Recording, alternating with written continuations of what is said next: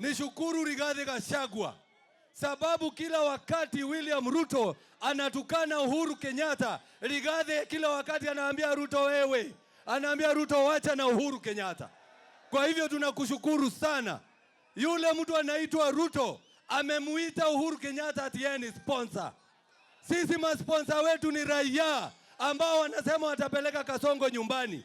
Lakini sababu Kasongo amekuwa sponsor wa maguns, sponsor wa abduction, sponsor wa kuua, sponsor wa kila kitu, anafikiria kila mtu ni sponsor.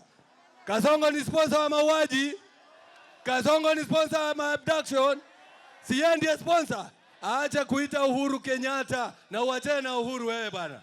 Wewe achana na Uhuru bwana. Wachana na Uhuru bwana. Wachana na Uhuru. Hauwezi kuwa wewe William Ruto.